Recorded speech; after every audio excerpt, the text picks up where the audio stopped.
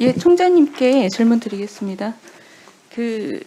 이 코로나 동안에 저희 집도 마찬가지고 국민들이 다 비슷할 것 같은데 은행에 가는 횟수는 굉장히 줄고 날마다 이 인터넷으로 뭘 산 것들의 그 상자가 집에 아주 쌓이고 있거든요. 이게 디지털 금융이 이렇게 확대가 되는데 저는 사실 오늘 그 전자금융법 관한 논의에 대해서 이제 한국은행의 반응이 사실 좀 약간 갸웃거려지는 면이 있어서 질문을 드리려고 해요.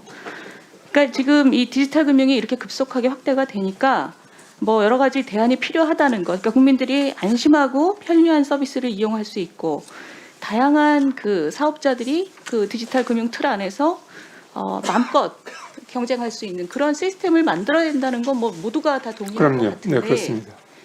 근데 문제는 이 지금 굉장히 크게 글로벌 차원에서 제도적인 그 기반이 뭐 달라지고 있고 또 그런 흐름을 반영해서 제도가 정비돼야 된다는 것도 또 동의하실 것 같아요. 네. 그렇죠? 네. 근데 제가 이 작년에 11월에 우리 총재님 이 전자금융거래법 발의한 직후에 기자간담회 한 거를 제가 봤더니 제가 아주 최대한 우리 총재님 발언을 그대로 이렇게 요약을 했어요. 네. 법 전체를 반대하는 것은 아니다. 그런데 지급 결제 시스템을 안정적으로 관리하는 것은 중앙은행의 고유 업무이고 금융결제원의 지급 결제 시스템은 금융결제원 출범 이래 한국은행이 관리해 왔다. 개정안은 빅테크 관련 청산을 결제원 시스템에서 맡으라 하고 그것을 근거로 해서 금융결제원을 포괄적으로 감독하겠다는 것이다. 그래서 한은의 영역과 관련된 부분을 건드리는 지급결제 청산업 조항이 우려된다. 이런 내용이었습니다. 네. 그렇죠? 네, 맞습니다. 여기에 대해서 제가 사실은 상당히 좀 아쉽다는 마음이 들었습니다. 왜냐하면 지금 이런 상황에서 이렇게 굉장히 글로벌한 수준에서 그 디지털 금융이 확대되고 제도적인 기반이 그것을 반영해야 되는 상황에서 네. 국민들이 중앙은행 총재께 기대하는 모습은 아마 이런 것일 것 같아요. 디지털 금융이 글로벌하게 확대되는 흐름 속에서 그걸 어떻게 제도화할 것이냐. 금융감독 시스템이 어떤 방향으로 재편돼야 되고 중앙은행은 그 속에서 어떤 역할을 해야 될 것이냐. 우리가 그동안 굉장히 고민을 많이 했다. 네. 그 고민이 축적된 결과로 중앙은행이 생각하는 그림이 이렇고 그 필요하면 우리의 고유 영역이라는 것도 바꿀 수도 있고 확장될 수도 있고 축소될 수도 있고 법도 바꿀 수도 있는데 우리는 이런 게 맞는 방향인 것 같다라는 입장이 나왔었으면 좋았을 것 같아요. 네. 그런데 지금 모양을 보면 적어도 겉으로 나타난 모양은 디지털 금융 발전을 반영한 제도 정비 얘기들이 쭉 오갈 때 지난 몇 년간 한국은행은 굉장히 소극적이었고 국민들에게 어떤 인상을 줬냐면 여기에 대한 스터디가 한국은행에 많이 축적돼 있다라는 신뢰를 얻지 못했다고 저는 생각을 네. 합니다. 그런데 지금 이 전자금융법이 발의되면서 굉장히 영역의 문제로 사실 총재님 스스로 그렇게 발언을 하셨다고 저는 보고요. 그리고 최근에는 거기에 더해서 이제 빅브라더적인 우려를 더해서 말씀을 하셨어요. 그래서 결과적으로 어떻게 됐냐면 언론도 그렇고 지금 이 논의 속에서 어떤 진정성에 대한 회의적인 시각들이 있는 것 같습니다. 좀 띄워주시죠. 보시면 양 기관에 밥그릇 싸움이라고 아예 일축을 하는 언론의 보도가 많습니다. 저는 여기에 상당 부분 중앙은행의 책임이 있다고 보고요. 거기다가 이 청산이라는 부분도 예전에 은행 간의 거래가 주일 때하고 달리 이제 인터넷 거래가 활성화되면서 이 청산이라는 것을 어떻게 처리해야 되고 어떻게 제도화해야 될 것인가에 대해서는 좀 심도 깊은 고민이 축적돼야 된다고 생각을 하는데 지금 여러분께서 말씀하셨듯이 저도 사실 거기 동의합니다. 저 밥그릇이 뭐냐.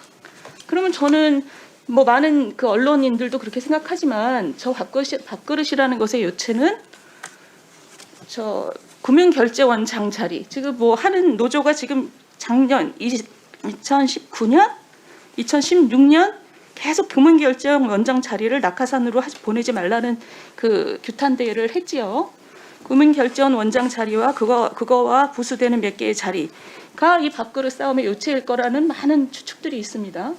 그럼 이 상황에서 이제 저는 이렇게 생각합니다. 이렇게 중요한 그 제도적인 정비가 필요한 상황에서 기재위는 이 담당 상임이라고 하는 편 들고 정무위는 금융위 편 들고 그래서 양쪽에서 서로 충돌되는 법을 올리고 법 사이에서는 골치 아프니까 그냥 법을 다 죽이고 이렇게 되면 이렇게 나라가 운영돼서는 안 되는 거죠.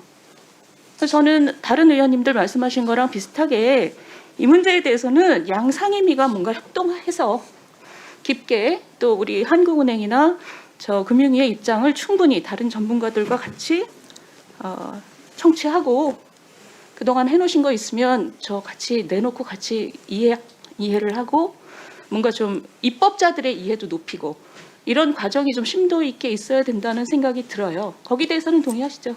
예.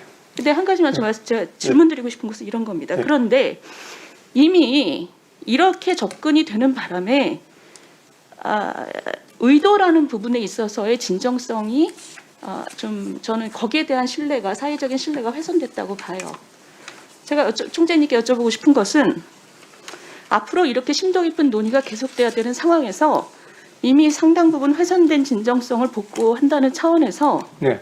한국은행 총재님하고 저 금융위원장 두 분이 앞으로 금융결제원의 그 낙하산 인사 안 하시겠다라는 약속을 서로 같이 하시면 어떨까 싶습니다. 네. 어떠십니까? 그거는 뭐 저희들이 위원장하고 얘기를 해봐야 되는 사안이고요. 제가 쭉 그러니까 총재님은 그러실 의향이 있으신 거죠. 이건 뭐 법으로 만들고 저희가 뭐 어떻게 할 수 있는 건 아니고 그냥 역사적인 차원의 책임만 지우는 겁니다. 저희들이 결제원의 그 장외 그 보임 요건이라는 게 저희들이 있습니다. 집결제에 대한 이해라든가 여러 가지 뭐 도덕성도 물론 다 있는데 지금까지 저희들이 사실상 그 우리 한은 출신 인사가 거기에 가게 된 것은 이 결제원의 업무하고 중앙은행의 집결제 업무는 다 일관된 업무이기 때문에 그래서 저희들이 어떻게 보면 우리 은행에 있는 총재님 그냥 한국은행 부총재 보가 가는 자리라고 시장에서 인식하고 있다는 것은 네. 저는 그냥 그건 낙하산 자리라고 보입니다. 굳이 그럴 필요가 아무것도 없지 않습니까? 네. 이것을 위한 가장 좋은 적임자가 시장에서 가면 되는 거죠. 그렇게 약속하실 의향이 있으세요? 뭐 무조건 여기 우리 사람은 안 보내고 바깥 사람한테 그렇게 약속은 못 드리지만 저희들이 일종의 일단 전문가가 가야 되겠다는 생각은 하고 있습니다 지금. 근데 지금 이제 의원님이 말씀하신 거에 대해서 제가 조금 이제 좀 저희 나름대로 드리고 싶은 말씀이 있거든요.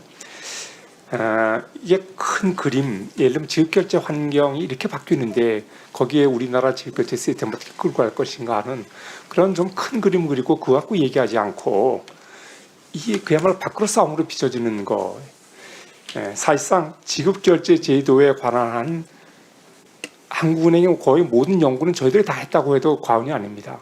지급결제 제도에 관해서 그렇게 연구하는 데가 좀 없지 않습니까? 저희들은 지급결제 시스템은 중앙은행의 본연의 기능이고 또 많은 나라 중앙은행은 지급결제 제도의 안정성 유지가 설립 목적에도 들어가 있고 설령 설립 목적에 들어가 있지 않다 하더라도 중앙은행 법내에 지급결제 시스템의 안정성 유지는 그야말로 태생적인 고유 업무라는 걸 제가 먼저 말씀을 드립니다.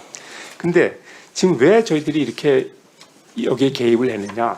저희들이 그런 그림에 대한 밑그림이 없어서가 아니고 이번에 나온 안은 빅테크가 딴짓을 못하게 예를 들면 고객 돈을 받아서 유용한다든가 그걸 방지하고 빅테크가 파산했을 때 소위 권리관계를 확정하기 위한 게 목적입니다.